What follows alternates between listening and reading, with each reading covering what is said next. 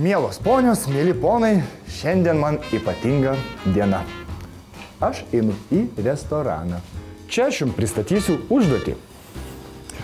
Tiesa, moteris, jeigu jūsų vyras vegetaras, šioje užduotyje geriau nestatykite. Šiandien aš pabūsiu šios užduoties bandomuoju triušeliu, dėl ko iš tiesų labai džiaugiuosi.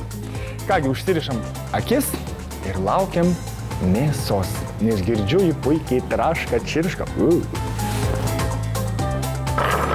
Kurgi ta mėsytė?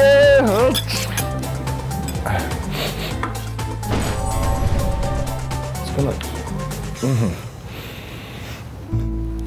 Puikiai užuodžiu. Tikiuosi čia mėsa.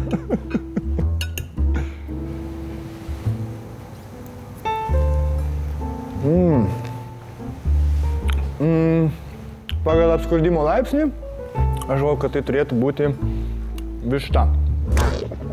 Pagal minkštumą ir skonį. Gal dar galima, ne? Dėkui.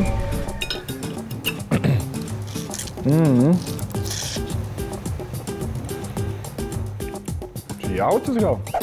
Gerai, galvoju, kad tai yra jautis.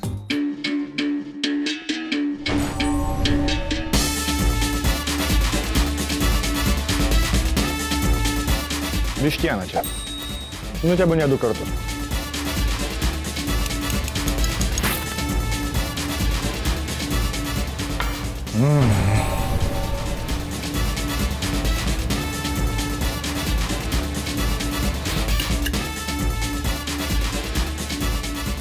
Gerai.